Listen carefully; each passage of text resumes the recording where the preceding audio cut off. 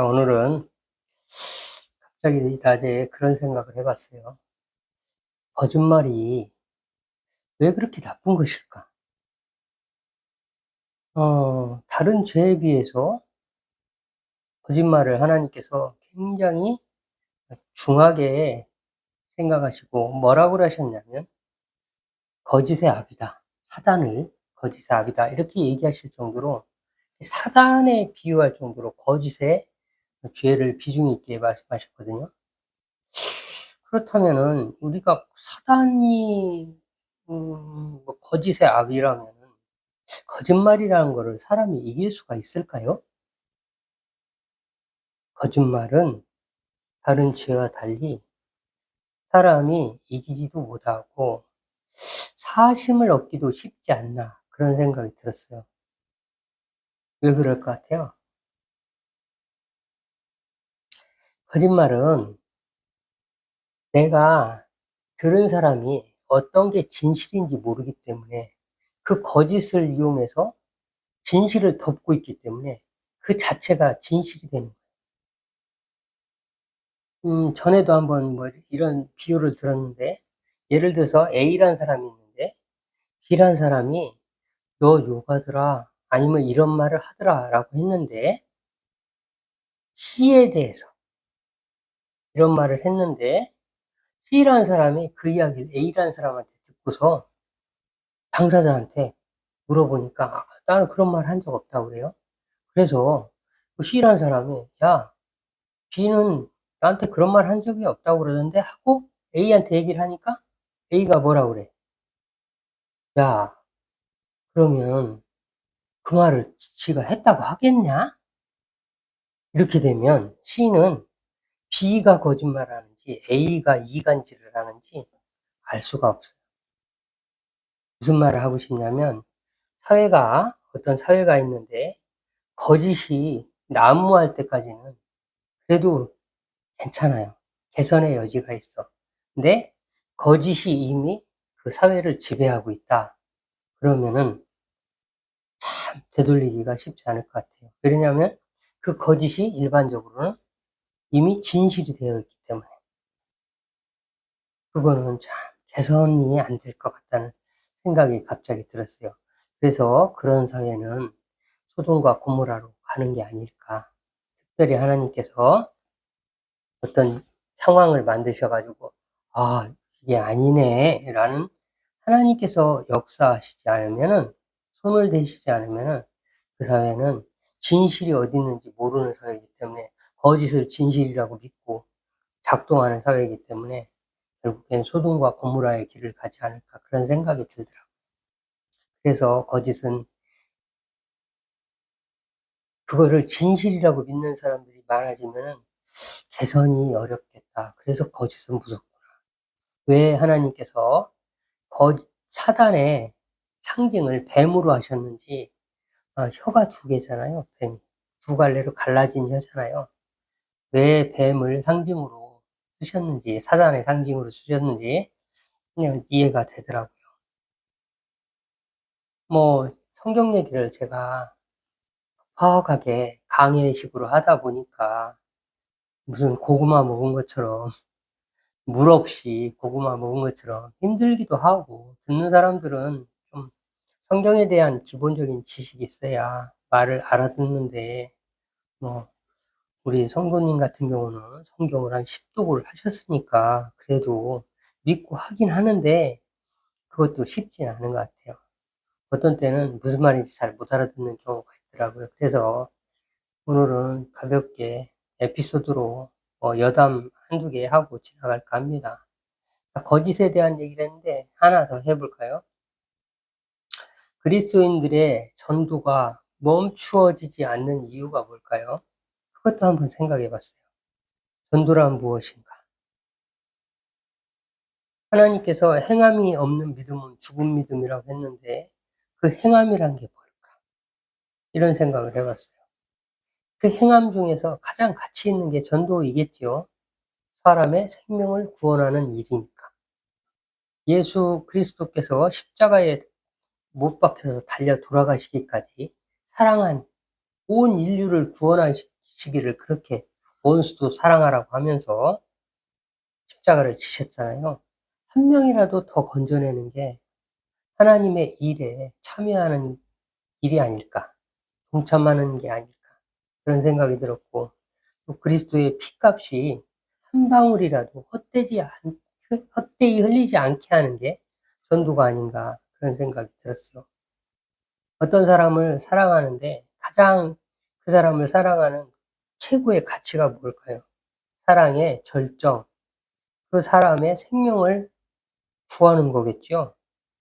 그 이상의 사랑이 없겠죠. 그러니 하나님을 믿는 사람은 내가 믿어요. 하나님을 믿어요. 그래서 천국과 지옥이 있다는 것도 알았어요. 그러면은 내가 사랑하는 사람, 육체적으로 사랑하는 형제, 부모도 있을 테고, 친척도 있을 테고, 아니면 친구도 있을 테고, 아는 사람들한테 내가 육체적으로 사랑하는 사람들에게 그 영혼이 죽어가는데 가만히 있는다는 것도 사실 내가 진짜 믿는 건가? 내 믿음이 어떤 걸로 하나님 앞에 증명이 돼야 될지. 아브라함은 자기의 자식을 칼로 내려칠 때까지 하나님이 테스트했거든요. 그러니까 믿음은 그때 나오는 거거든요. 하나님의 입에서 아브라함아, 아브라함아, 내가 이제 나를 믿는 줄을 내가 알았다. 이렇게 말씀하시거든요. 그래서 전도는 내 믿음을 증명하는, 하나님과 천국과 지옥을 확실하게 믿고 있다는 것을 증명하는 또 하나의 방법인 것 같아요. 가장 유효한 수단인 것 같아요. 내 믿음을 하나님께 증명하는.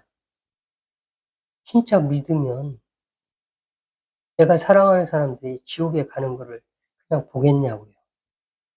진짜 믿는다면 그거에 대한 반증이 아닐까, 이런 생각도 들더라고요. 그래서 전도는 멈춰지지 않겠구나. 왜? 그 믿음을 가진 사람들은 반드시 있어요.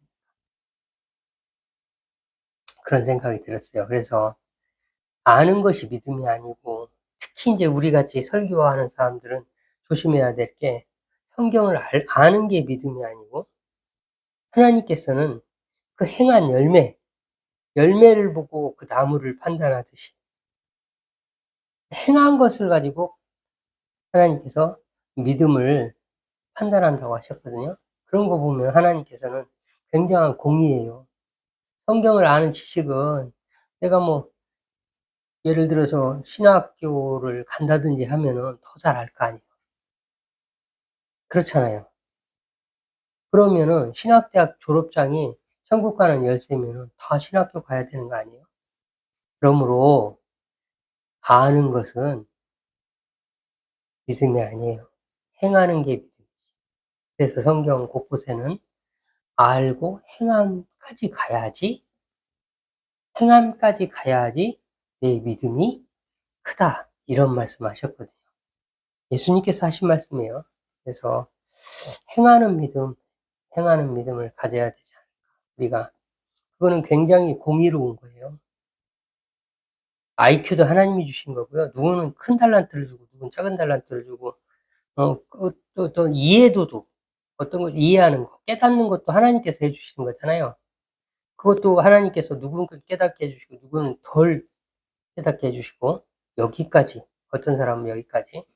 그러니까 행함, 그 열매를 가지고 판단한다는 거는 하나님이 주신 것 가지고는 판단하지 않는다는 얘기예요.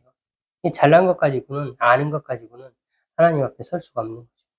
내가 하나님을 위해서 한 거, 하나님께 드린 거, 열매를, 행함을 가지고 하나님께 심판을 받는다는 거는 굉장히 공의인 것 같아요.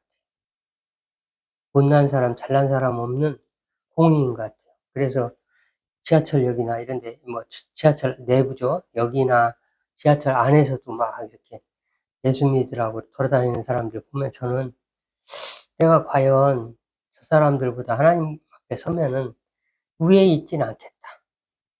굉장히 그 사람들이 나는 존경스러워. 남들은 아주 우습게 지금 생각하는데, 아니요. 하나님도 웃고 계실까요? 아니요. 그렇지 않아요.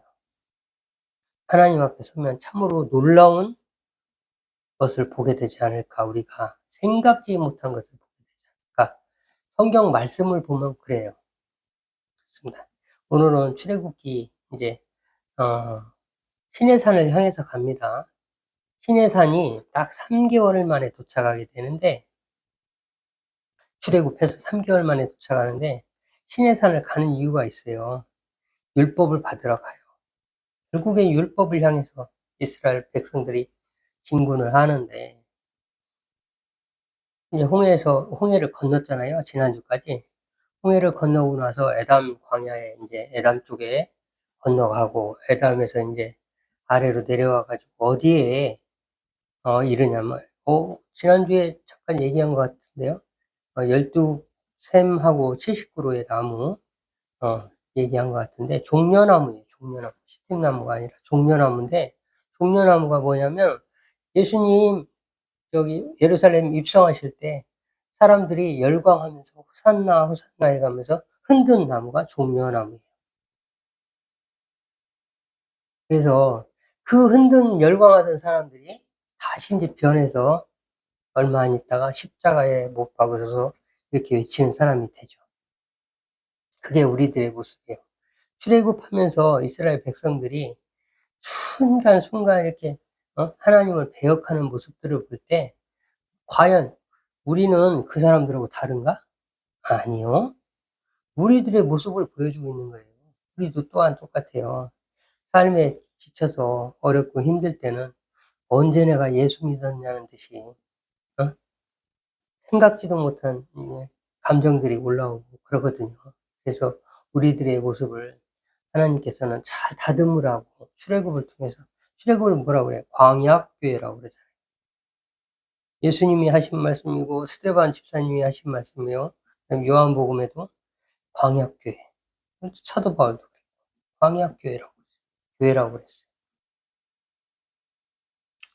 그래서 오늘은 이제 어, 어, 엘림에서 이제 엘림이죠. 엘림에서 이제 내려와 가지고 이제 다시 이제 시내산으로 진군하는데, 엘림이 중요해요. 엘림이 지난번에 이제 잠깐 얘기했지만, 엘림이 출애굽해 가지고 첫 장막을 친 처음 휴식을 취한 곳이 거기서 장막을 쳤어요. 왜? 거기서 12샘이 있었고 나무가 있었으니까 휴식을 취할 수 있는 장소였기 때문에 거기서 첫 장막을 쳤는데, 그때 그 엘림을 잘 보면은 12샘, 마르지 않는 샘, 샘은 하나님의 어떤 말씀, 그다음에 그 예수님이 나는 마르지 않는 생수라고 했잖아요. 이 말씀을 의미하는 말씀. 영원히 마르지 않는 샘, 이 말씀을 의미하는 거거든요. 그래서 뭐 12제자뿐이 아니라 뭐 중간에 보면 또 사도분야 선지 사사 있잖아요. 사사기에 사사들도 12명이에요. 그리고 예언서 소선지라고 그러죠. 그것도 12개예요. 미래를 예언하는 구약의 마지막 있잖아요. 12 선지 예언서가 있고, 그다음에 12제자로 가고, 그다음에 12광주리로 가고. 오병이어의 기적이, 왜 예수님께서 떡을 적당하게 남지도 않고 부족하지도 않았더라, 요렇게 마무리하면 좋았을 텐데, 굳이 그 떡을 어디다 쓰려고 12광주리가 남게 하셨을까요? 예수님이 하실 거잖아요. 예수님이 축사했더니 물고기 2마리하고 보리떡 5개를 축사했더니 12광주리가 남았잖아요. 예수님의 제자들을 남기고 부활하시잖아요. 12광주리는 예수님의 제자들을 의미하고, 그 제자들 보고 유언을 하죠. 가서 제자를 삼고. 내 제자를 삼고? 아니요. 너희들의 제자를 삼고. 제자들한테 내가 니들을 제자 삼았듯이 니들도 가서 제자를 삼고, 응? 가서 성부와 성자와 성령의 이름으로, 아버지와 아들과 성령의 이름으로 세례를 주고 말씀을 가르쳐 가지고 지켜 행하게 하라, 이렇게 말씀하시거든요. 유언이에요. 예수님의 유언. 세상 온 민족, 온 족속으로 제자를 삼아가지고 그렇게 하라고. 사마리아와 땅끝까지. 그런 표현도 있고요. 그래서 내가 세상 끝날까지 함께 하겠다. 성령으로 함께 하겠다. 이런 말이죠. 내가 가서 성령을 보낸다고 그랬잖아요. 성령님을. 그래서 오순절 마가의 다락방에서 예수님의 제자들이 그때서야 진정한 제자가 되죠. 그전에는 그 말이 살아나질 않았어요. 그 말이 무슨 말인지 몰랐는데 예수님이 돌아가시고 부활하시고 오순절 마가의 다락방에서 성령을 받은 다음에 진짜 제자가 돼요. 그 말들이 다 살아나요. 성령을 받으니까. 새록새록. 아, 그때 그 말이 그 말씀이셨구나. 그 말이 그 말씀이셨구나. 진짜 제자는 예수님의 제자가 진짜가 제자가 되는 순간은 오순절 마가의 다락방이에요. 성령이 임하면. 성령이 임하면. 그 순간이 제자가 되는 순간이었어요. 그래서 이렇게 성경이 다 이어져요. 엘림의 12셈이 솟아나는 말씀이라면 에스겔도 마찬가지예요. 성전에서 물이 흘러나와요. 그 생수가 다 온 세상을 적셔요. 예수님이거든요, 그게. 근데 예수님이 뭐가 적신다는 거예요? 말씀이 적신. 그래서 요한은 그게 하나님의 말씀이 육신이 돼서 왔구나. 그거를 이해했던 거예요. 그래서 말씀이 육신이 되어 우리 가운데 거하시니 빛이 어두움에 빛이 돼 어둠이 깨닫지 못하더라. 참빛이라고 예수님. 그러니까 예수님은 여러 가지 모양이 있어요. 빛으로도 오시고 생수로도 오시고 뭐 부활의 어떤 저기 사자로도 오시고 여러 가지. 그래 요한 계시록으로 가면 여러 가지 예수님의 모습들이 등장해요. 이런 모습, 저런 모습, 이런 모습인데 다 예수님이에요. 그게. 그런 것들은 나중에 서로 성경을 보면서 이야기할 날이 오겠죠. 넘어가겠습니다.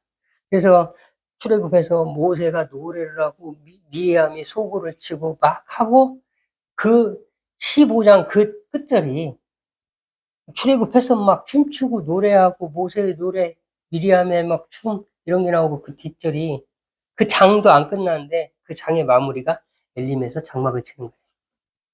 그리고 엘림이 12셈이 있고 70 종려나무 70그루가 있었다고. 거기서부터 세상에 복음이 시작된다는 걸 의미하고, 예를 들어서 아까 쭉 그 12셈이 이제 12제자, 12광주리까지 갔잖아요. 사사기도 12사사예요. 쭉 가잖아요. 심지어 사사기는 가룟 유다가 죽는 것처럼 삼손이 자살해요. 삼손은 자살했어요. 블레셋 사람들과 함께 죽었어요. 기둥을 밀어가지고. 건물이 무너지게 해서. 성경은 뭔가 반복함으로 인해서 뭔가를 이야기를 하고 하나님의 음성을 거기다 심어놨어요. 그래서 계속 일관성을 가지고서 증명이 되게 해서 그 말씀이구나. 그 음성을 듣게 하셨거든요. 70그루의 종려나무 이야기해 볼까요? 애굽에 몇 명이 갔어요? 야곱의 자손들이 70명이 갔어요. 그 70명이 지금 나온 거 아니에요? 200만이 돼서 나온 거 60만 3,550명이 나온 거잖아요. 60만 3,550명이 나왔잖아요. 시내산에서 1차 인구조사할 때 인구예요. 그렇게 나왔는데 그 70인의 장로가 리드를 해요. 70인의 장로는 신명기 11장에 뭐라고 합니까? 하나님께서 11명을 세워라. 나한테 데려와라. 그렇게 해서 만나와 메추라기 줄 때 만나는 먹는데 고기를 못 먹으니까 또 투덜거려요. 그때는 하나님도 서운했어요. 모세도 서운하고. 만나를 달라고 해서 먹을 게 없어서 만나를 줬어요. 달마다 그걸 거둘 수 있게 해줬어요. 그랬는데 고기를 못 먹어가지고 애굽에서는 먹을 게 많았었는데 이런 소리를 하는 거예요. 에? 고기도 못 먹고 이게 뭐냐 광야에서. 그러니까 그건 하나님도 서운하고 모세도 서운했어요. 그때 장로 70명을 데려오라고 하나님께서. 그래서 이스라엘은 장로 제도가 70명이 기본이에요. 그래서 이스라엘 민족을 그러니까 각 지파별로 장로하고 레위 지파가 아마 있어가지고 70명이 되지 않았을까 이런 생각은 드는데 모르겠어요. 70명이 기본 단위고 70인 요셉도 야곱도 고센 땅에 갔을 때 70명이 가가지고 이렇게 커나온 그 70명의 장로들이 이스라엘의 지도자가 되고요. 지도자로 하나님께서 세우시고 그건 계속 이어집니다. 그리고 바벨론으로 가서도 70년 있다가 나오고요. 그 다음에 다니엘도 71회가 지나면 완전한 죄가 속량을 얻는 그러니까 예수님이 등장하는 거를 70일회가 지난 후로 기록하고 있거든요. 예언하고 있거든요. 다니엘이 70일회가 지나면 이렇게 죄가 완전히 없어지는 세상이 온다. 그런 얘기를 하고 그 다음에 그 이후에도 많죠. 예를 들어서 예수님이 12제자만 있었습니까? 아니요. 70명의 제자를 둘씩 짝지어가지고 세상에 내보내요. 시범으로 예수님이 계실 때. 그래가지고 갔다 와가지고 기분이 좋아가지고 과연 막 주님의 이름으로 말을 하니까 귀신들이 벌벌 떨고 나가더이다 하니까 그런 걸로 좋아하지 말고, 응? 그런 걸로 좋아하지 말고, 그런 기적으로 좋아하지 말고, 하나님께 더 나은 충성, 더 듬직한 사람들이 되라고 예수님께서 격려해 주시는 장면이 있거든요. 그래서 70명의 제자들이 먼저 선발대로 나가서 전도도 하고, 말씀도 증거하고, 제자 삼는 것도 한번 해보고, 그렇게 하고 돌아와요. 12명의 제자만 있는 게 아니라 수많은 제자들이 추종하고 따랐는데 성경에 기록된 건 대표적인 제자가 예수님 최측근이라고 할까? 가까이 있었던 제자들이 12명이었던 거지 제자는 따르는 사람들은 엄청 많았죠. 그러지 않겠어요? 그분한테 가면 놀라운 기적들이 계속 일어나는데 얼마나 많은 사람들이 열광하고 따라다녔겠어요. 그렇습니다. 그래서 그 오병이어의 기적이 없었더라면 아까 또 뭐 12광주리도 얘기했지만 70인이 이렇게 돼요. 그 다음에 성경이 70명이 번역을 해서 이집트 알렉산드리아에서 헬라어로 70명이 번역해서 히브리인들의 이야기인데 그거를 쫙 글로 엮어가지고 구약이죠. 지금의 구약을 헬라어로 번역해서 전 세계에 퍼뜨린 거야. 헬라어가 전 세계를 지배했으니까. 알렉산더 대왕이 인도 앞에까지 다 점령했어요. 전 세계를 지배했어요. 지중해 연안을, 중동, 동쪽, 지중해 동쪽도, 유럽 북쪽 이렇게 해서 다 지배했으니까. 그러니까 어떻게 돼요? 전 세계에 아는 지식층들은 알 수 있는 상황이 된 거죠. 그 상태에서 70인역이 보급이 된 상태에서 예수님이 오시거든요. 기본적인 그 히브리인들의 이야기가 쫙 책으로 알려진 말로만 듣던 게 그 상태에서 예수님이 오시거든요. 그래서 70이라는 숫자가 굉장한 의미 있는 숫자로 예수님 시대까지 가요. 오병이어 얘기는 아까 잠깐 하려고 하다 말은 게 그 빵이 부풀려지지 않았으면 그 12광주리가 남고 그 사람들이 가서 전도해서 또 12광주리가 남고 그 12광주리가 그냥 일파만파로 전 세계에 퍼졌기 때문에 오늘 우리한테까지 온 거예요. 그 광주리가 하나님의 말씀이에요. 예수님이에요. 내 몸이니 먹어라. 내 살이니 먹어라. 내 피니 마셔라. 뜯으면 떼면 뜯으면이 아니라 떼면 그 말씀의 양식이란 게 떼면 뗄수록 더 퍼지고 더 퍼지고 더 광주리가 더 많아지고 더 많아지고 오늘날 우리한테까지 온 거거든요. 그 복음이 그거를 성경은 이야기하고 있는 거란 말이에요. 그걸 이해해야 돼요. 성경을 활자로 읽으면 안 되고 하나님의 음성으로 읽고 하나님의 음성으로 읽을 때 도대체 이게 나하고 무슨 상관이 있는지 오늘 우리 얘기로 이게 들려야 되는 내 것이 돼야 돼요. 성경 말씀. 그래서 모세가 이제 마라를 지나고 뭐 엘림에 이르러가지고 그 장막을 치고 12샘물이 있고 70그루 종려나무가 있으니까 장막을 쳤겠죠. 그러고 나서 이제 16장, 출애굽기 16장으로 가면 이제 만나를 주기 시작하고 메추라기를 이제 그걸 알아야 돼요. 출애굽기는 쫙 지나가는 계략이에요. 계략을 쫙 얘기하고 출애굽기는 40장이잖아요. 그 계략적으로 이야기를 해요.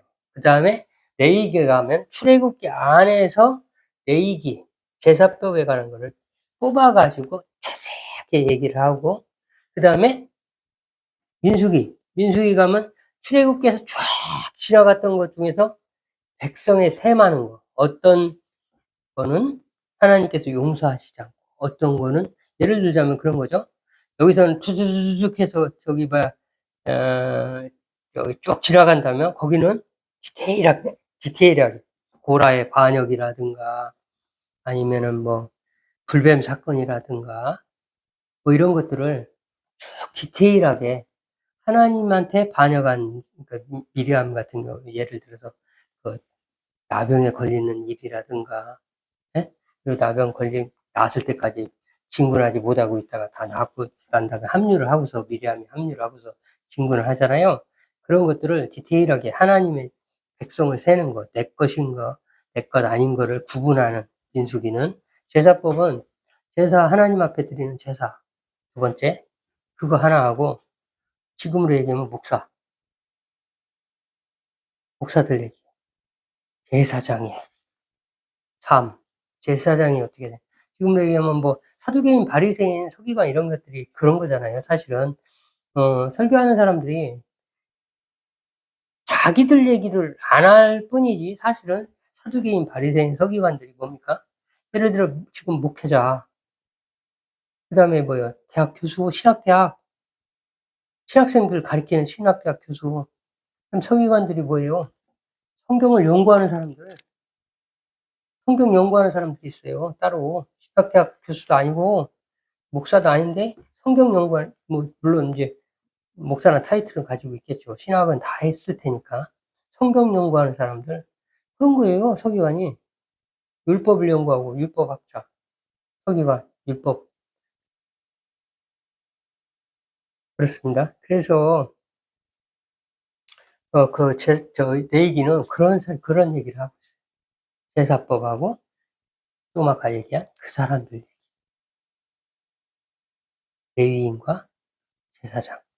레위인 중에서 아론의 지파를 제사장으로 세웠잖아요. 그 사람들 이야기인 거예요.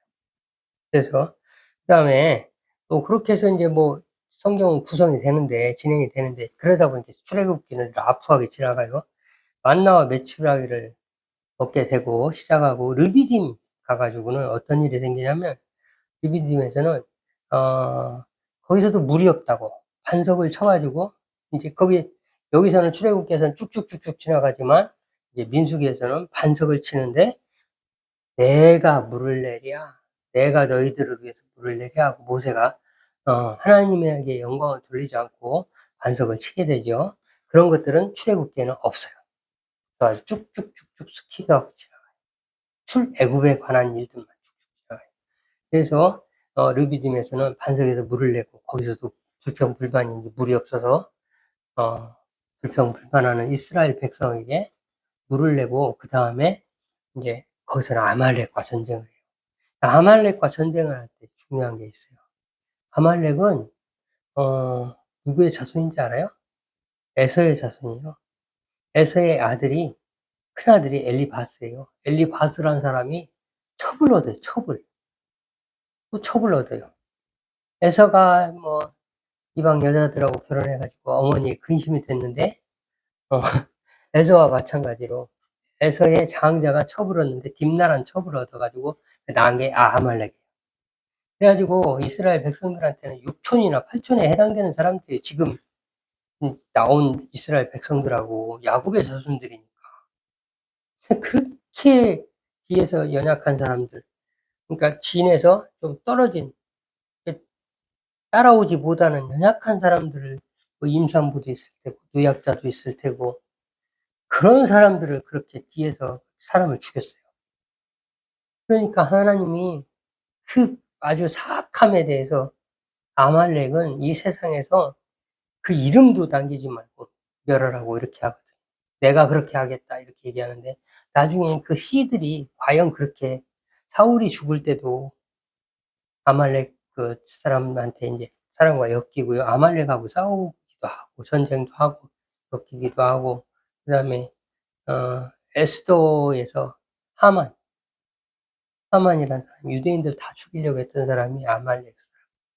그래서 아말렉은 시간이 지나면서도 계속 이스라엘의 어떤 대적이 돼요. 이스라엘을 치명적으로 괴롭히는 집단이 돼요. 민족이 돼요. 하여튼 그렇습니다. 그래가지고 아말렉과 싸움에서 제일 중요한 게 뭐냐면 모세의 손이 올라가면 이스라엘 백성이 이기고 모세의 손이 내려가면 이스라엘 백성이 지는 일이 있어요. 여호수아가 총사령관으로 싸우긴 하지만 그 전략이 좋아서가 아니라 잘 싸워서가 아니라 이스라엘 백성들이 출애굽에서 나올 때 무슨 무기를 가지고 나왔어요. 막대기, 작대기 가지고 싸울 거 아닙니까? 근데 모세의 손이 올라가면 모세의 손이 내려가면 지도자에 대한 얘기예요. 지금으로 얘기하면 목사에 대한 얘기예요. 목사가 하나님 보고 기도하고 성전에서 무릎 꿇기 하나님을 바라보고 있으면 그 백성들은 살고 전쟁에 죄와 싸워서 이기고 모세의 손이 내려가면 지도자가 기도도 안 하고 말씀도 안 보고 인본주의적인 생각 가지고 사람의 현란한 말로 어떻게 하려고 하고 말씀의 깊이도 없고 감동은 말씀의 깊이로 받는 거거든요. 성도들의 감동은 깊은 하나님의 말씀이 들어 말은 안 하지만 속으로 그러네 하는 감동은 거기서 일어나는 거거든요. 그리스도로 말미암은 감동이 아니면은 그냥 그 웃고 지나가고 대단하네 하고 스쳐 지나가는 건데 말씀으로 말미암은 감동은요 그냥 박히는 거예요. 내 마음속에 박혀서 떠나질 않아요. 그래 가지고 언젠가 그 말씀이 어떤 상황이 됐을 때 하고 살아나요. "그렇지." 하고 그 말씀이 살아날 때가 있어요, 어떤 상황이 되면. 그래서 말씀은 살아있고 운동력 있다고 하는 거예요. 그래서 오늘은 인제 사실 제가 인제 뭐 사정이 있어 가지고 이렇게 어 새벽 시간에 예배를 드리고 이러는데 오늘은 시내산 앞까지밖에 못 갈 것 같아요. 왜냐면 모세가 받는 그 율법이 과연 어떤 법인지 개략적인 소개 정도 하고 율법에 대해서는 다음 시간에 자세하게 가야 되지 않을까 이런 생각이 듭니다. 모세가 이제 이스라엘 백성들을 데리고 아말렉과의 전쟁에서 이기고 그다음 장면은 이드로가 이제 십보라 모세의 부인과 엘리에셀하고 게르솜을 데리고 두 아들을 데리고 다시 합류하는 거예요. 그 전에 애굽으로 갈 때 갑자기 모세를 하나님께서 죽이려고 했는데 십보라가 아들을 할례를 시키고서 당신을 이 자식들의 핏값으로 내가 샀다라고 피난편이라고 하는 장면을 제가 설명을 드렸죠. 어?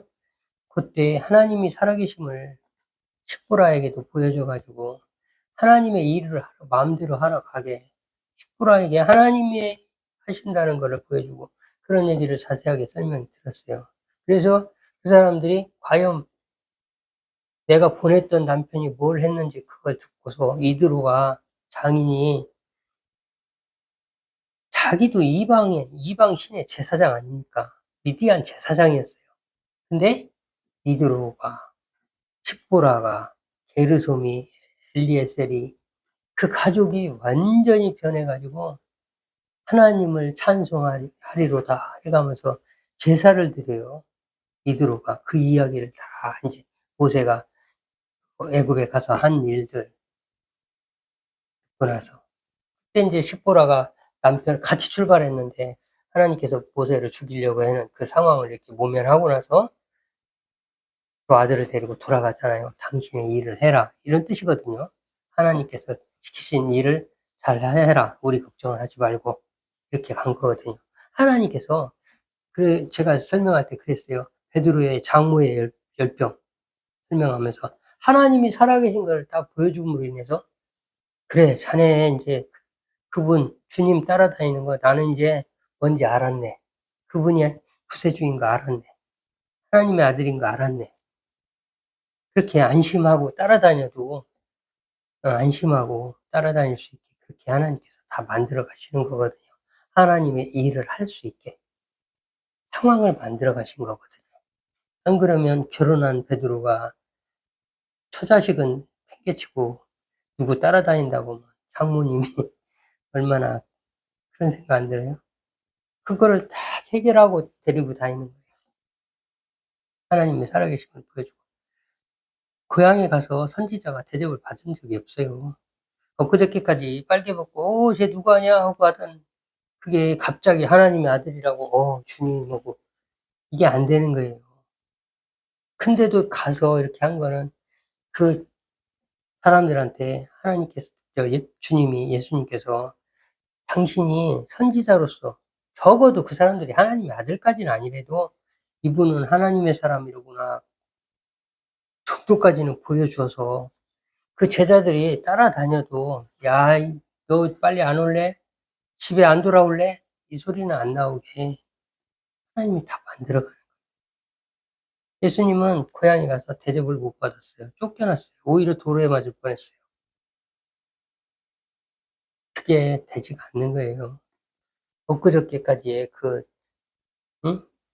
그 어린 모습을 봤는데 갑자기 내가 머리가 숙여진다? 그게 잘 안 되는 거예요. 그래서 내 본토 친척 아비집을 떠나란 말이 굉장히 의미 있어요. 우리도 살면서 고향에서 다 있는 사람들이 수십 년이 지나도 그 타령으로 그러고 있어요. 대부분. 근데 객지로 나간 사람들은 한 가닥씩 다 해요. 거기서. 그러고 나서 고향 내려오면은 뭐 예를 들어서 재정적으로도 그래요. 도시에서 집 한 채가 몇십억씩 하니까 재정적으로도 내려오면 평생 객지 나가서 살다 내려오잖아요. 그 사람들 무시 못해요.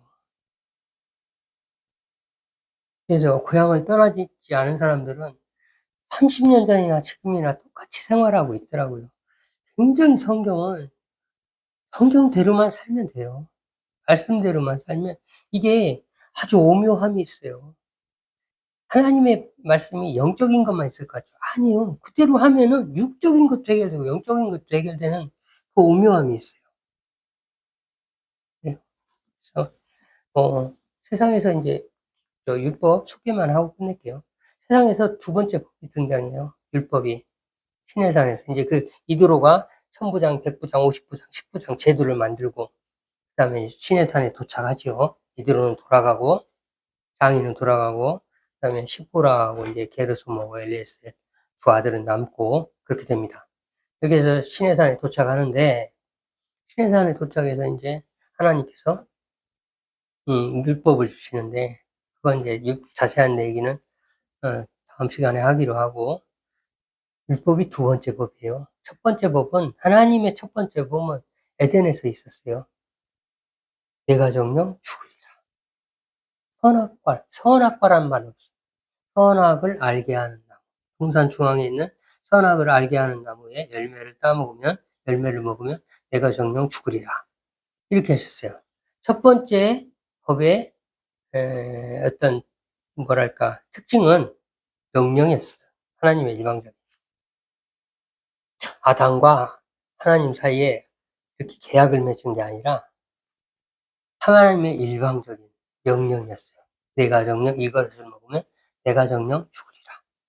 이렇게 한 법이었어요. 근데 그 법은 노아를 계기로 폐해져요. 노아를 계기로. 노아 시대 때 한 세상을 완전히 멸하시고, 그리고 노아의 자녀들에게 생육하고 번성하라고 아담에게 했던 그 말을 또 해요. 그래가지고 다시 노아로부터 시작해요. 그래서 하나님께서 노아의 아들들과 함께 준 그 축복 있잖아요. 생육하고 번성하라. 하나님이 생육하고 번성하라고 할 때는 노아에게 이미 아들들이 있었어요. 그잖아요. 셈, 함, 야벳. 그래서 함이 잘못했을 때, 노아에게 잘못했을 때, 노아가 함을 저주를 못해요. 하나님이 축복해놨는데 그거 저주 못하죠. 내가 축복, 저주한다고 그게 유효하지도 않고 하나님이 이미 복을 주셨는데 생육하고 번성하라고 노아와 함께 세 자녀에게, 가족에게 8명이었잖아요. 그때 노아의 가족들이. 방주에서 나온 사람들이. 그래서 함의 아들은 가나안. 그 중에서 행실이 하나님과 가장 먼, 당연하겠죠?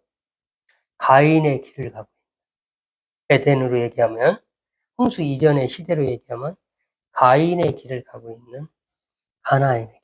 행실이 그런 사람이었겠죠? 가나안을 저주를 하죠. 노아가. 그런 거예요. 그래서 세상의 법이 두 번째로 등장하는데, 아브라함하고 이제 언약을 하는데, 아브라함에게 약속을 하죠. 약속을 하는데 계약의 체결은 바로 이 시내산에서 아브라함의 자손, 내 자손들이 이렇게 되리라 한 언약의 체결 장면. 이거는 서로 간의 약속이에요. 계약이에요. 아브라함으로 그렇게 하리라고 한 언약이 체결되는, 시내산에서 체결되는 긴 과정이 있었던 약속이에요. 이건 약속. 그래가지고 이거를 구약이라고 해요. 왜 구약이라고 하냐? 또 다른 약속이 등장하기 때문에 이거를 구약이라고, 옛날 약속이라고 해요. 그래서 율법은 옛날 약속인데 율법에 대해서는 사실 할 말이 많아요. 그래서 그건 나중에 얘기하고, 그래서 이 율법이 등장했는데 그걸 구약이라고 하는 거예요. 구약이라고 하는데 율법은 뭐 십계명부터 제사법도 있고 여러 가지가 있어요. 그래서 이제 이렇게 소개만 하고 시내산에서 율법을 받는다. 3개월 만에, 출애굽해서 3개월 만에, 그리고 나서 나머지를 광야를 이제 돌아다니게 되는 거예요. 그 율법을 가지고 돌아다니게 되고, 출애굽기는 어디까지냐? 율법을 받아서 하나님이 세우라고 한 장막, 교회, 하나님의 성막을 완성하는 것까지가 출애굽. 그래서 그 속에서 제사법이라든가 하나님이 막 벌을 내리고, 네? 벌을 내리고 하는 것들은 민수기, 어떤 뭐 반역을 하고, 뭐 모세한테 대들고 너만 선지자냐, 우리도 하나님하고.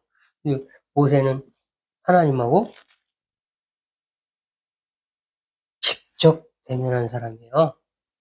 그 이야기를 하면서 너만 선지자냐고 대적한 여러 가지 그런 배역한 일들에 관해서는 어디냐, 민수기, 하나님의 셈에 대해 그 보면 다 자세히 나와 있어요. 여러 가지 이스라엘 백성들이 뭐 벌도 받고 이렇게 다시 회복도 되고, 구리뱀을 보고서 회복도 되고, 이러한 장면들이 건져내기도 하고 버리기도 하고, 하나님의 백성을 취하기도 하고 버리기도 하는, 용서도 하고 단죄도 하고 하는 것들을 그려놓은 거는 민수기예요. 그리고 신명기는 마지막으로, 신명기 1장 4절 보면 모세가 율법에 대하여 설명하기를 시작하니, 그래가지고 설교이자 율법에 대한 설명이에요. 모세의 설명이에요. 거기에 보면 모든 것들이 나와 있어요. 모세는 이미 나중에 배역하고, 모세가 기록한 것이 나에 대해서 기록한 거다. 예수님께서 하신 말씀. 그러니까 이 율법이 결국에 완전히 어디로 가냐? 그리스도를 향해서 가요. 그래서 예수님은 율법을, 마태복음 5장에 보면 율법을 이루리라. 내가 율법의 1.1획도, 천지가 없어지기 전에 율법의 1.1획도 없어지지 아니하고 다 이루리라 하고, 다 이루리라로 공생애를 시작하고요. 마지막 십자가상에서 다 이루었다로 공생애를 마무리하십니다. 그래서 그런 의미가 있어요. 성경은 그냥 다 예수님 얘기예요. 그렇게 이해하시면 틀림없습니다. 왜? 하나님이 그렇게 말씀하셨고, 예수님의 말씀이요, 하나님이 하라는 말씀을 하셨다고 그랬어요. 요한복음에 보면 하나님께서 하라는 말씀만 하셨고, 하나님께서 전하라는 말씀, 내가 할 말이 많으나, 예수님이 이런 전제를 하고, 하나님께서 하라는 말만 한다, 내가. 이렇게 말씀하셨어요. 그래서 하나님의 말씀이 내려왔다. 요한은 이렇게 얘기하고 있는 거예요. 그렇습니다. 성경은 다 예수님 이야기입니다. 기도하겠습니다.